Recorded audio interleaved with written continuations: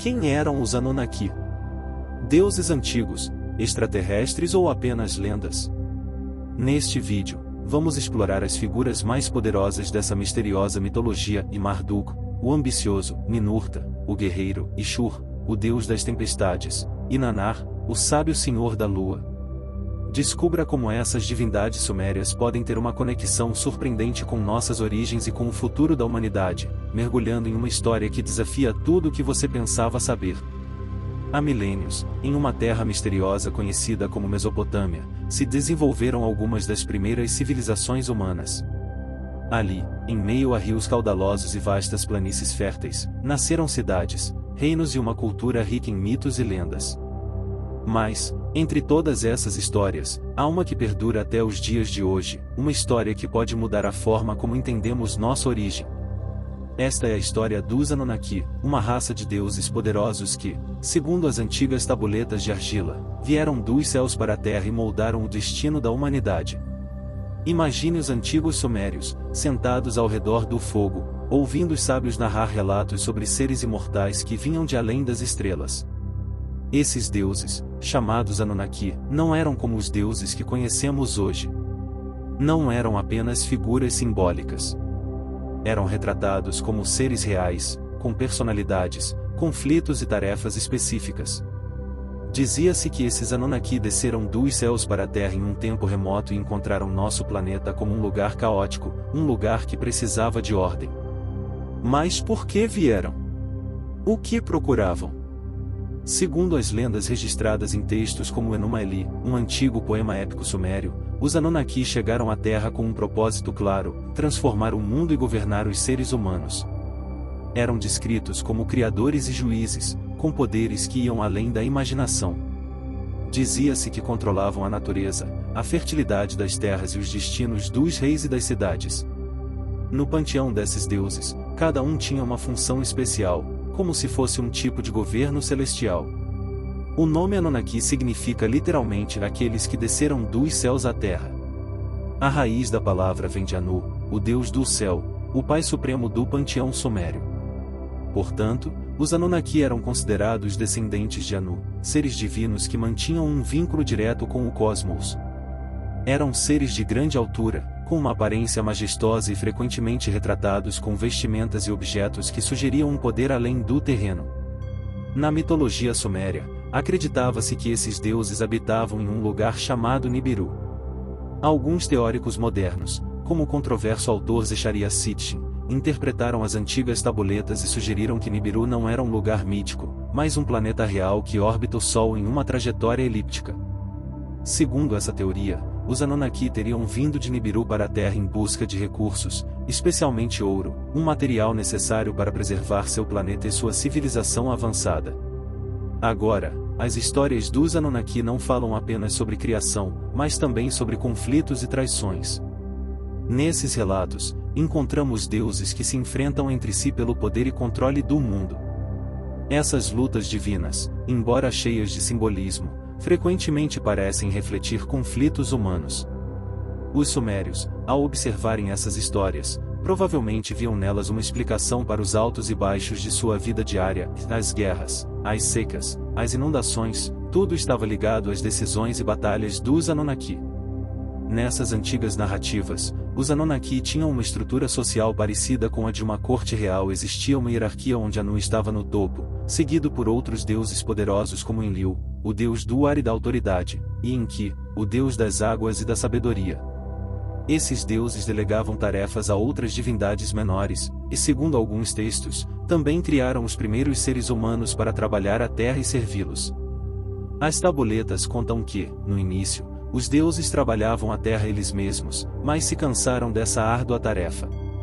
Foi então que decidiram criar os seres humanos para se encarregarem dessas funções. Assim nasceu Adapa, o primeiro homem, modelado a partir de argila e do sangue de um deus sacrificado. Essa criação não explicava apenas a origem do ser humano, mas também sua conexão inseparável com o divino. Imagine uma cidade antiga, com enormes templos e mercados agitados, onde a fumaça do incenso se mistura com os sons de orações e cânticos. Esta cidade é Babilônia, uma das grandes civilizações da antiga Mesopotâmia. No centro de todo esse esplendor e atividade, erguia-se uma figura poderosa, quase onipresente, em Marduk, o deus que mudou tudo. A história de Marduk não começa no topo, mas sim nas sombras de outros deuses mais antigos. Ele era filho de Enki, o deus da sabedoria e das águas subterrâneas. Enki sempre foi considerado engenhoso e astuto, mas seu filho Marduk tinha algo mais, uma mistura de ambição desmedida, coragem e uma habilidade de liderança que o levaria ao topo do panteão mesopotâmico.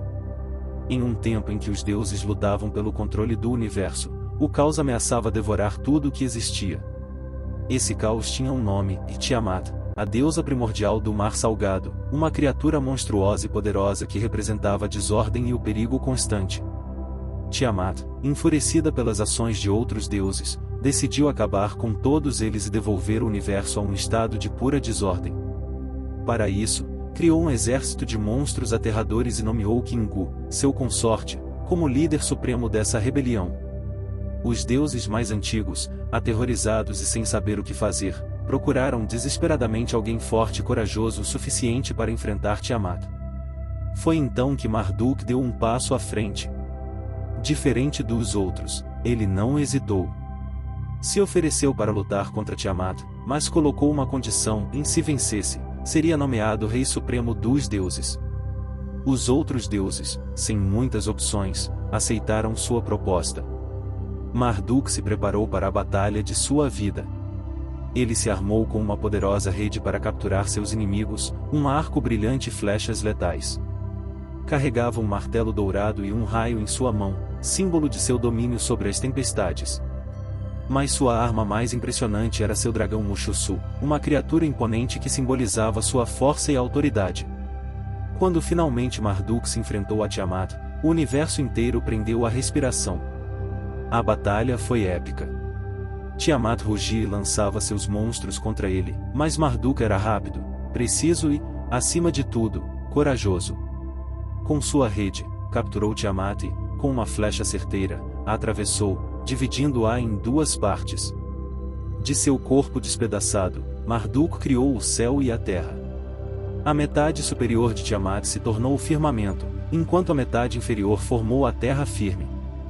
Dessa maneira, Marduk não apenas derrotou o caos, mas também criou uma nova ordem no universo. Mas sua ambição não parou por aí. Como novo rei dos deuses, Marduk decidiu estabelecer sua cidade sagrada, Babilônia. Ordenou a construção de um templo impressionante em sua homenagem, o Exagila, um símbolo de seu poder e de sua vitória. De lá, ele governaria os deuses e os homens. Babilônia se tornou o coração de seu culto, uma cidade que refletia sua grandeza e determinação.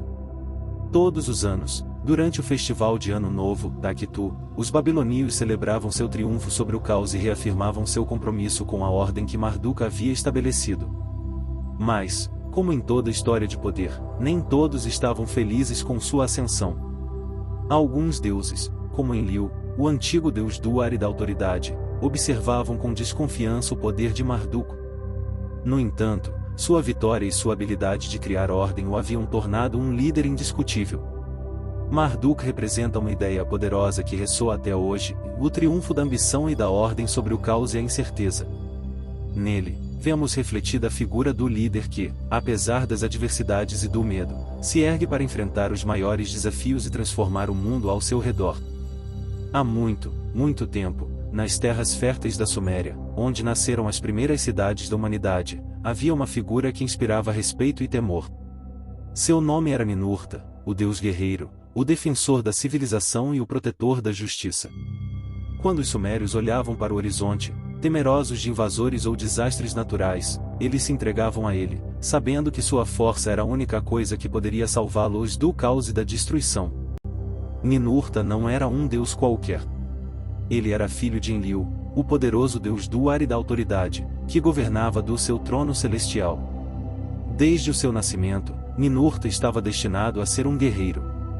Sua mãe, Ninlil, deusa dos grãos e da fertilidade, lhe transmitiu o valor e o amor por proteger seu povo.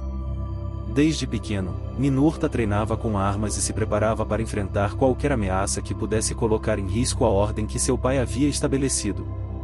Ninurta não era apenas forte, mas também astuto e decidido.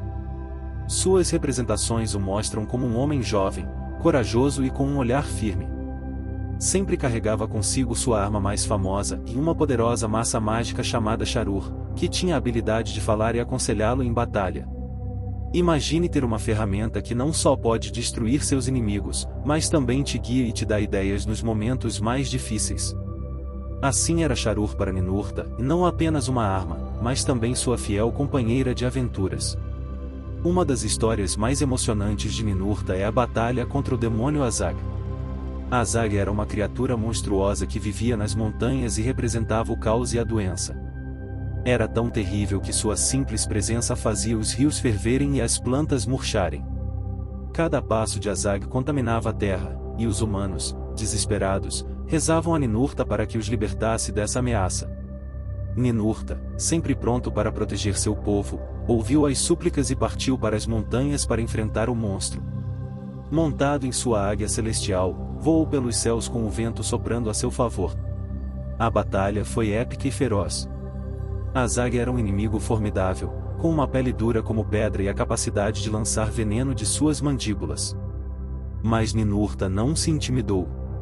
Usou Sharur para atacar com força e precisão, e com cada golpe que dava, o chão tremia. Em um momento crucial da batalha, Sharur sussurrou para Ninurta uma estratégia brilhante, e ele deveria usar a própria natureza contra Azag. Seguindo o conselho de sua arma, Ninurta desviou os rios e lançou torrentes de água fervente contra o monstro, enfraquecendo-o. Finalmente, com um grito de guerra que ecoou por toda a Suméria, Ninurta lançou sua massa com toda a sua força e derrotou Azag para sempre. Os sumérios celebraram sua vitória como se tivessem sido eles mesmos a derrotar o monstro. Esta história não falava apenas do poder de Ninurta, mas também da importância da coragem, da justiça e da proteção da comunidade. Para os antigos, Ninurta era o símbolo da ordem que vence o caos, do guerreiro que sacrifica tudo para proteger os seus. Mas Ninurta não lutava apenas contra monstros físicos. Ele também representava a luta interna que todos nós carregamos dentro de nós. Era o exemplo de como devemos enfrentar nossos próprios medos e batalhas pessoais. Sua história nos ensina que, às vezes, para superar os problemas, precisamos usar tanto a força quanto a inteligência, e que não há vergonha em pedir conselho ou apoio. Além de ser um guerreiro, Ninurta era um deus agrícola. Depois de suas batalhas, ele retornava aos campos para garantir que as terras fossem férteis e as colheitas prosperassem. Essa dualidade o tornava ainda mais querido pelo povo, um protetor em tempos de guerra e um provedor em tempos de paz. Graças a ele, os campos se mantinham verdes e as colheitas abundavam, garantindo o bem-estar de sua gente. Os templos dedicados a Ninurta eram lugares repletos de respeito e devoção. Lá, sacerdotes e cidadãos faziam oferendas para agradecer sua proteção e pedir sua ajuda. Nessas construções, contavam suas façanhas, cantavam hinos e realizavam rituais para garantir que o valente Ninurta sempre estivesse ao seu lado. Em uma terra onde o calor podia ser insuportável e a seca uma ameaça constante, os antigos sumérios olhavam para o céu com esperança e temor. Sabiam que tudo dependia do clima, e um pouco de chuva poderia trazer vida para seus campos, mas uma tempestade violenta poderia destruir tudo em seu caminho. Nesse delicado equilíbrio entre bênção e destruição, reinava Ishur, também conhecido como Ada, o poderoso deus do clima e das tempestades. Ishur não era um deus que passava despercebido. Ele era imaginado como um homem forte e majestoso, com uma voz que retumbava como o trovão. Em uma mão, segurava um raio e, na outra, um martelo ou uma vara que usava para invocar tempestades. Frequentemente era representado montado em um touro poderoso, símbolo de sua força e da energia desbordante da natureza. Quando Ishur cavalgava pelos céus, as nuvens se reuniam, o vento começava a soprar e os relâmpagos iluminavam o horizonte. Conta a lenda que Ishur tinha um caráter imprevisível, como o clima em si. Às vezes, ele era generoso e trazia chuvas suaves que faziam as colheitas crescerem, enchendo os rios e os canais de irrigação. Os camponeses erguiam os braços para o céu, agradecendo sua generosidade, pois sabiam que, sem essas chuvas, suas terras ficariam secas e áridas. Mas outras vezes, Ishur se enfurecia e desencadeava tempestades tão fortes que arrancavam árvores das raízes, inundavam os campos e arrasavam as aldeias. Uma das histórias mais conhecidas sobre Shur fala de um período em que a terra sofria uma terrível seca. Durante meses, o sol abrasador secou os campos e os rios mal tinham água. O povo sofria, as plantas morriam e o gado mal conseguia sobreviver. Os sacerdotes dos templos ofereciam orações e sacrifícios, rogando a Shur que retornasse com sua chuva salvadora. Então, um dia, o céu começou a escurecer. Grandes nuvens negras se formaram no horizonte, e um vento fresco soprou pela primeira vez em muito tempo. O povo saiu de suas casas e olhou para cima com esperança. De repente, um relâmpago cruzou o céu, seguido por um trovão tão forte que fez a terra tremer. Era Shur, despertando de sua aparente indiferença e finalmente respondendo às súplicas de seu povo. A chuva começou a cair, no início timidamente, como se o céu estivesse testando o terreno. Depois, se tornou uma chuva abundante e refrescante que encharcou a terra seca. Os camponeses celebraram sob a chuva, sentindo que Shur os havia abençoado com seu poder. As colheitas começaram a crescer novamente, e a vida floresceu por toda a região. E Shur havia demonstrado mais uma vez que, embora fosse temido, também era o provedor da vida. Mas nem sempre ele era tão compassivo.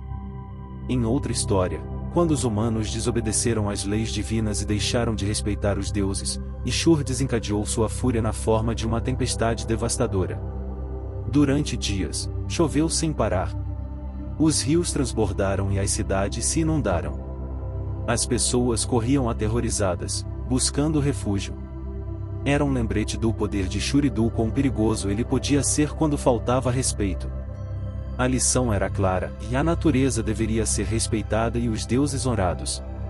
Apesar de sua natureza volúvel, os sumérios estudiosos entendiam que Shur não era nem bom nem mau, ele simplesmente era a encarnação do clima, com todos os seus altos e baixos. Sabiam que sem sua chuva não haveria colheitas, mas também entendiam que a mesma tempestade que dava vida podia tirá-la se não fosse tratada com cuidado. Shur representava esse equilíbrio frágil e poderoso que dependia de forças além do controle humano. O culto a Shur era muito importante nas antigas cidades da Mesopotâmia. Seus templos estavam cheios de oferendas e animais, frutas e objetos preciosos. Os sacerdotes realizavam rituais para garantir que Shur estivesse satisfeito e enviasse chuvas no momento certo. Acreditava-se que, quando esses rituais eram feitos corretamente, o clima se mantinha equilibrado e os campos floresciam. Shur também tinha uma esposa, Shala, deusa dos cereais e da fertilidade. Juntos formavam um casal perfeito, ela representava a terra e seus frutos, enquanto ele representava a água que tornava possível essa fertilidade. Juntos, trabalhavam para manter a vida e a ordem no mundo. Com o tempo, a figura de Shur foi adotada por outras culturas, como os acadianos e babilônios, que o chamaram de Ada. Embora seu nome tenha mudado, sua essência permaneceu a mesma, o deus que controlava as chuvas, as tempestades e o destino dos campos e das colheitas. Imagine por um momento que você está em uma antiga cidade suméria, há mais de 4.000 anos. O ar é denso e quente, como se o sol tivesse decidido ficar grudado no céu para sempre. Não há uma única nuvem e a terra está rachada e seca. Os campos de trigo e cevada, que são o coração da cidade, começam a murchar. Os agricultores caminham com a cabeça baixa, seus rostos refletem preocupação. A cada dia que passa sem chuva, o futuro parece mais sombrio. Sem água, não há colheitas. Sem colheitas, não há vida. Os sacerdotes se reúnem no zigurate, o templo sagrado que se ergue no centro da cidade como uma montanha construída por mãos humanas. É uma estrutura imponente, de terraços escalonados, onde se acredita que os deuses podem descer e visitar os mortais. Eles sobem até o topo e olham para o horizonte com desespero. Sabem que só um Deus pode salvá-los agora, e Shur, o Deus do clima e das tempestades. As orações começam a preencher o ar. Cânticos sagrados, palavras repetidas uma e outra vez, com a esperança de que cheguem ao céu.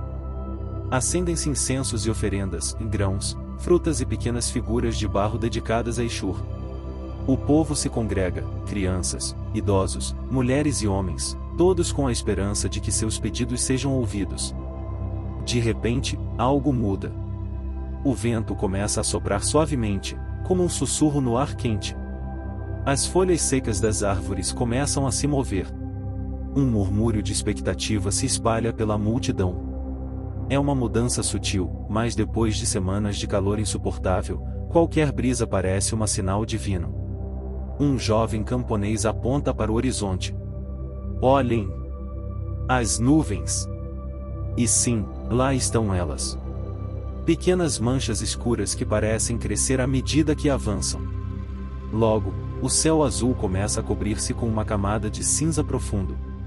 A temperatura diminui um pouco. Os corações começam a bater mais rápido. Será essa a resposta de Shur? Ele finalmente virá salvá-los?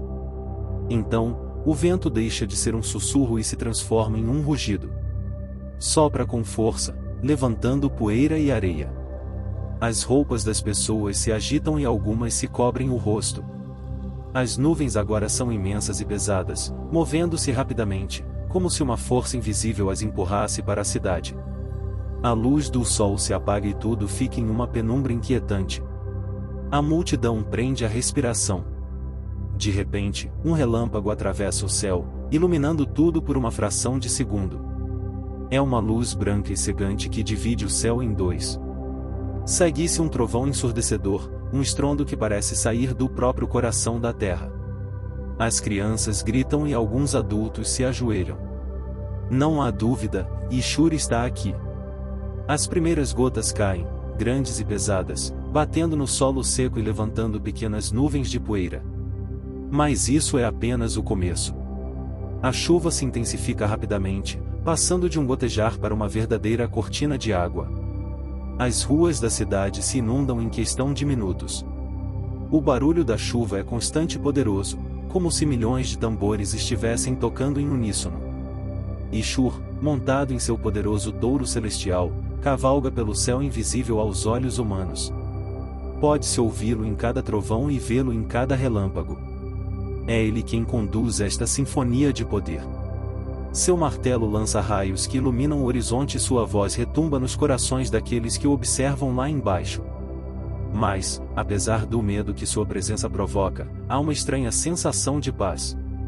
A chuva é fria e refrescante.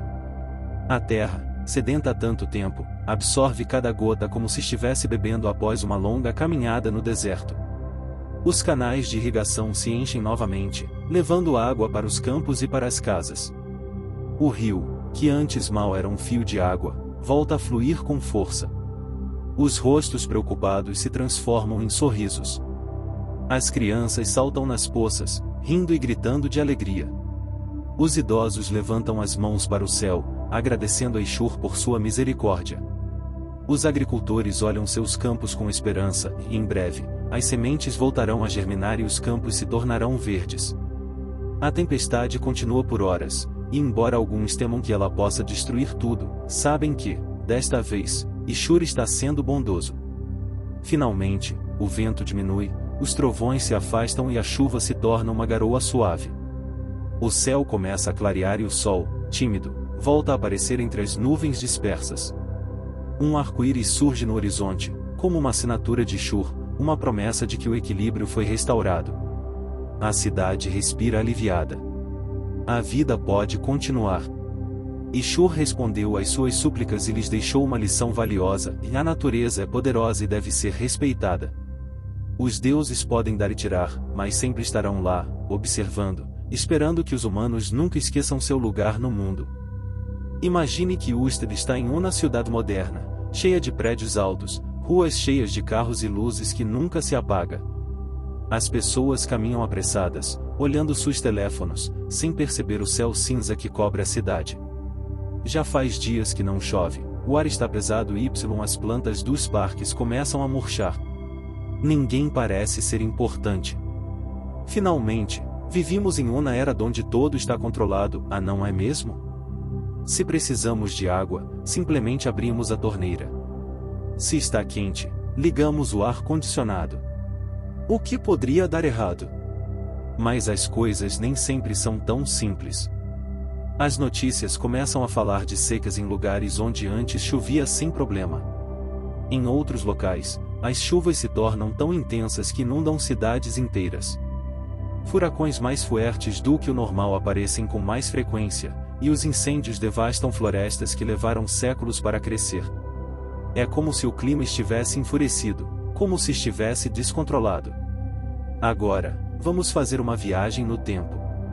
Vamos a volver a milhares de anos, para a antiga Mesopotâmia, o berço da civilização. Naquela época, as pessoas não tinham tecnologia para controlar o clima. Elas dependiam completamente da natureza para sobreviver. Se chovesse no momento certo, suas colheitas cresciam e havia comida para todos. Mas, se a chuva não chegasse, a fome e o desespero tomavam conta das cidades. Para elas, o clima não era só uma questão científica, era algo sagrado, algo que estava em las manos de los dioses. E havia um deus em particular que dominava o clima, e Ishur, o deus da tempestade. Ishur era poderoso e caprichoso. Ele podia enviar chuvas suaves que refrescavam a terra ou desencadear tempestades furiosas que destruíam todo em seu caminho. Por isso, os antigos sumérios o temiam e o respeitavam. Sabiam que precisavam cuidar da terra e oferecer tributos para manter Ishur satisfeito. Se o negligenciassem ou ofendessem, as consequências poderiam ser devastadoras. Embora já não acreditemos em deuses do clima, dependemos do equilíbrio natural da mesma maneira que os sumérios. Mas há uma diferença importante, e esquecemos de respeitar esse equilíbrio. Com o passar dos anos, poluímos rios e mares, derrubamos florestas inteiras e preenchemos o ar com gases que aquecem a atmosfera. É como se tivéssemos ignorado as lições de Ishur e provocado sua ira. Pensei em cada tempestade inesperada que se torna mais intensa que o normal, em cada onda de calor que quebra recordes ou nas secas que duram anos. É como se Ishur estivesse enviando sinais, nos lembrando de que não podemos controlar todo que nuestras ações tienen consequências. A natureza está falando conosco, mas estamos ouvindo? De alguma forma, os antigos sumérios estavam certos, e a natureza deve ser respeitada. Para eles, respeitar Ishur significava fazer rituais e oferendas. Para nós outros, significa cuidar do ambiente. Reduzca significativamente a contaminação, proteja as florestas e no desperdiçar a água. Cada ação, por menor que seja, conta. Talvez não possamos parar uma tempestade ou evitar uma seca com uma oração, pero podemos evitar que a situação piore. Imaginemos que voltamos à nossa cidade moderna, pero agora algo mudou. As pessoas começaram a se preocupar mais com o meio ambiente. Os prédios têm painéis solares para aproveitar a energia do sol. Os carros elétricos substituíram os que poluem. Foram criados mais parques e áreas verdes onde as plantas podem respirar e crescer. Os rios estão mais limpos e as pessoas cuidam de cada gota de água como se fosse um tesouro. De repente, o ar parece mais fresco. O céu cinza começa a se clarear e uma chuva suave cai sobre a cidade, como uma bênção. É como se Ishur estivesse satisfeito, como se nos estivesse dando uma nova oportunidade. Não é uma história de fantasia. É algo que podemos alcançar se lembrarmos do que nossos ancestrais sabiam muito bem, e a natureza tem um poder imenso, e nós fazemos parte dela. Se trabalharmos com ela, em vez de contra ela, podemos volver a equilibrar as coisas. Há muito, muito tempo, em um canto remoto do mundo, existia uma civilização que floresceu com uma sabedoria que hoje nos parece quase impossível de compreender. Essa civilização, embora pareça ter desaparecido com o tempo, deixou para trás histórias e mitos que perduraram através dos séculos. São histórias que, ao longo dos anos, foram se desfigurando, perdendo detalhes ou até mesmo sendo esquecidas completamente. Esses mitos perdidos não falam apenas de deuses e heróis, mas também dos segredos mais profundos de nossa própria humanidade. Mas, e se eu te dissesse que muitos desses mitos podem estar mais próximos da verdade do que imaginamos? Imagine, por um momento, que você está em um antigo mercado, em uma cidade onde as ruas estão cheias de pessoas e o ar tem o aroma de especiarias e pão recém-assado. Ao seu redor, os comerciantes vendem todo tipo de objetos, desde tecidos brilhantes até figuras esculpidas em pedra. No centro da praça, um ancião está cercado por crianças, contando-lhes histórias sobre os deuses que vieram do céu e ensinaram os humanos a viver. Entre essas histórias, há relatos sobre criaturas mitológicas, heróis que viajaram pelos mares e céus, e deuses que transformaram o destino do mundo com seu poder. Apesar de serem contos, há algo no rosto do ancião que transmite a certeza de que essas histórias não são apenas fantasia, mas lembranças de algo muito mais profundo. Esses relatos não estavam presentes apenas em uma civilização, mas se repetem em culturas ao redor do mundo. Nas antigas ruínas da Babilônia, nos templos do Egito, nos relatos dos maias ou nos mitos vikings, encontramos seres que vieram dos céus para trazer sabedoria ou até para ajudar as civilizações a prosperar. E o curioso é que, embora essas culturas nunca tenham tido contato entre si, suas histórias têm tantos pontos em comum que podemos pensar que estão se referindo aos mesmos eventos ou pessoas. É como se todas essas histórias fossem peças de um quebra-cabeça que hoje, infelizmente, está incompleto. Agora, imagine que, por algum motivo, essas histórias se perderam. Com o passar dos séculos, livros foram queimados, templos destruídos, e muitas das antigas tradições foram esquecidas. O que aconteceu com todo esse conhecimento? Por que não conseguimos entender completamente esses mitos e lendas? Algumas pessoas acreditam que esses relatos se baseiam em fatos reais, mas que a história foi distorcida ou mal interpretada com o tempo. Outros pensam que os mitos são apenas isso, histórias inventadas para explicar o inexplicável. Mas, a verdade é que, quando olhamos com cuidado, podemos encontrar algo além da superfície desses relatos. Nas lendas dos deuses que vieram do céu, poderia haver algo relacionado a visitas de seres de outros mundos? Nas histórias de grandes cataclismos, como inundações ou guerras, será que nossos antepassados nos advertiam sobre eventos que, talvez, aconteceram de uma maneira diferente do que nos ensinaram na escola? Os mitos, embora narrados de formas diferentes em cada cultura, poderiam estar tentando nos transmitir algo muito valioso sobre o passado e, claro, sobre o futuro.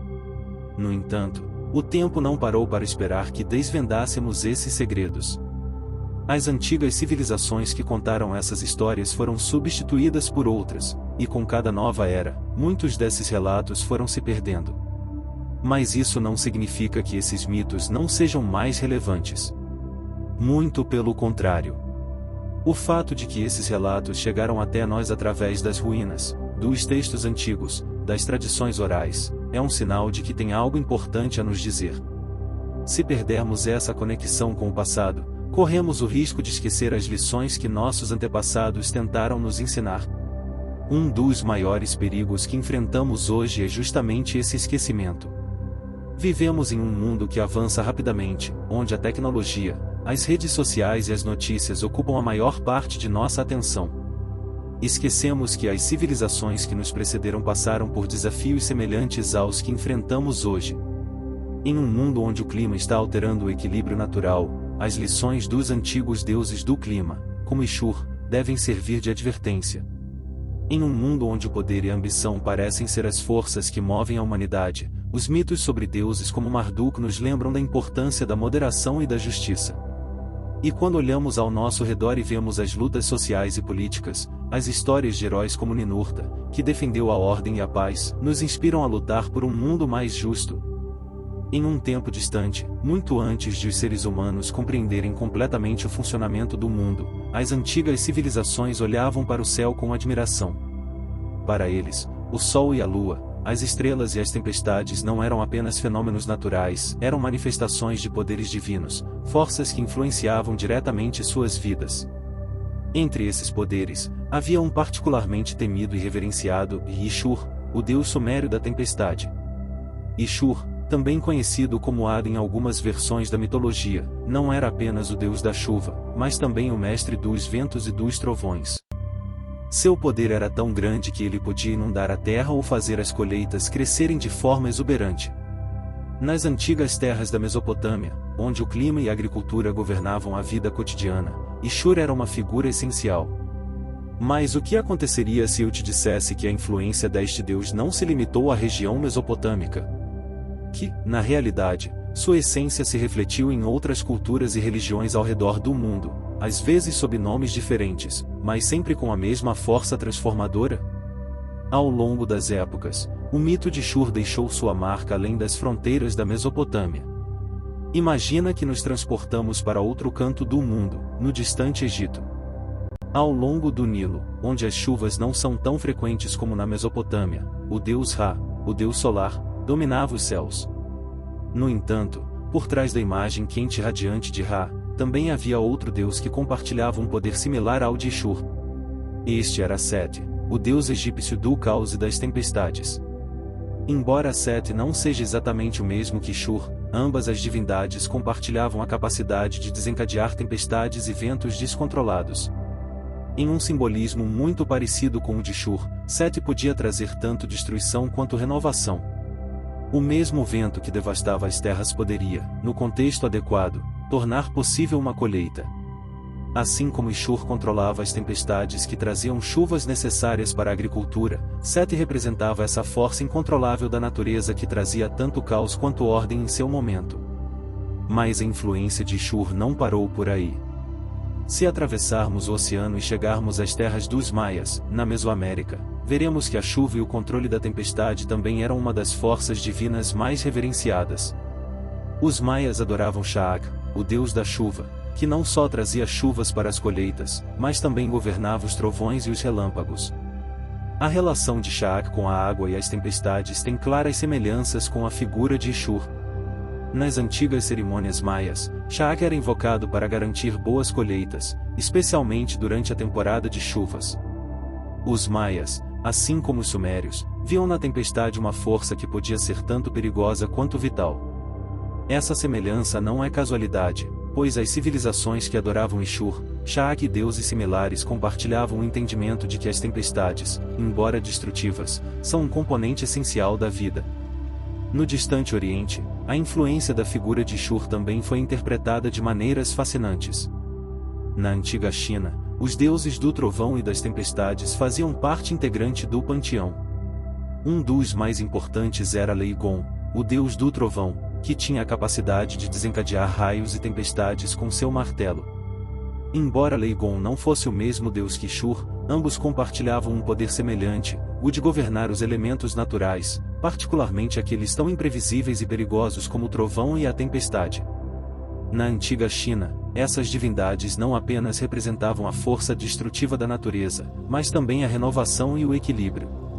Assim como Ishur, o poder de Leigon estava relacionado à ideia de restaurar a ordem natural por meio do controle de forças incontroláveis. A tempestade, para os antigos chineses, não era apenas um sinal de caos, mas uma manifestação da harmonia universal, uma força que devia ser compreendida e respeitada. E se olharmos ainda mais ao norte, nas terras dos vikings, encontramos Thor, o deus do trovão na mitologia nórdica. Thor, assim como Ishur, não era apenas conhecido por seu poder sobre as tempestades, mas também por sua capacidade de proteger os humanos. Embora as culturas viking e mesopotâmica estivessem separadas por milhas de quilômetros, o fato de ambas compartilharem a figura de um deus do trovão reflete a importância universal que o controle da tempestade teve. Thor usava seu martelo, Mjolnir, para trazer chuva, mas também para proteger os humanos das forças destrutivas do mundo. Assim como os sumérios temiam e reverenciavam o poder de Shur, os vikings veneravam Thor como um protetor que usava o trovão não apenas para punir, mas para preservar a ordem do mundo. Através de todas essas culturas e religiões, podemos ver como o mito de Shur, ou de divindades similares, foi transmitido de geração em geração, se transformando, mas sempre mantendo a essência de uma força natural poderosa e imprevisível. Por que isso é importante? Porque, no fim das contas, a figura de Shur e seus equivalentes em outras culturas representam algo muito mais profundo do que simples relatos sobre tempestades e relâmpagos. Eles falam da relação que os seres humanos sempre tiveram com a natureza. Ensinaram-nos sobre a importância de compreender e respeitar os elementos que nos cercam, pois, embora possamos ter controle sobre muitas coisas, há forças que estão além de nossa compreensão. Ao longo dessa jornada, exploramos os segredos dos Anunnaki, esses deuses antigos que, durante séculos, inspiraram temor, respeito e devoção nas culturas da Mesopotâmia. Conhecemos Marduk, o ambicioso deus que lutou pelo poder e pela supremacia, Ninurta, o valente guerreiro e protetor que estava sempre pronto para defender a ordem e a justiça, e Shur, o caprichoso deus do clima e das tempestades, cujo poder podia dar vida ou devastar tudo em seu caminho. Mas, além dos nomes e das histórias, o que podemos aprender desses relatos hoje em dia? Por que ainda são importantes? Em um mundo onde as mudanças climáticas são uma ameaça constante, a relação de Shur e seu domínio sobre o clima nos lembra que a natureza sempre tem a última palavra. Se não a respeitamos, se rompemos esse equilíbrio, podemos desencadear tempestades e secas muito mais destrutivas do que qualquer mito antigo. Por outro lado, Marduk e Ninurta nos falam sobre o poder da ambição e a necessidade de proteger o que é justo. O desejo de crescer e se superar pode ser uma força positiva, mas também pode desencadear conflitos se não for mantido sob controle. As lições desses deuses nos alertam sobre os perigos da ganância desenfreada e a importância de lutar por causas nobres e proteger os mais vulneráveis. Então, o que fazer com tudo isso? Vamos deixar essas histórias se perderem no tempo ou usá-las para refletir e melhorar nossa vida? Aqui entra você. A mitologia não está apenas nos livros antigos ou nas ruínas das civilizações perdidas. Ela está viva sempre que alguém a conta, compartilha e reflete sobre ela. E agora, você tem a oportunidade de levar essas histórias com você e compartilhá-las com outros. Pense nisso, e na próxima vez que vir uma tempestade se aproximando, lembre-se de Shur e seu poder de criar e destruir. Na próxima vez que lutar por algo importante na sua vida, lembre-se da coragem de Ninurta. E quando sentir o impulso de ambicionar algo grande, pense em Marduk e pergunte a si mesmo se sua ambição está construindo algo positivo ou destruindo o que você mais ama. Mas essa jornada não termina aqui. Se essas histórias te intrigaram, se você quer aprender mais sobre os Anunnaki e como influenciaram outras culturas, convidamos você a continuar explorando conosco. Curta este vídeo, inscreva-se no canal e ative o sininho para não perder nossos próximos conteúdos. Toda semana, descobrimos novas histórias, mitos e segredos que nos ajudam a entender o passado e, às vezes, a compreender melhor nosso presente. Além disso, adoraria saber sua opinião. Qual desses deuses mais chamou sua atenção? Você acha que essas lições antigas ainda fazem sentido no mundo moderno? Deixe seu comentário abaixo e vamos conversar. A mitologia vive quando compartilhamos nossas ideias e reflexões. E se você conhece alguém que ama histórias sobre deuses e civilizações antigas, compartilhe este vídeo com ele. Quem sabe, talvez juntos vocês possam descobrir uma nova forma de entender o mundo e nossa conexão com o passado.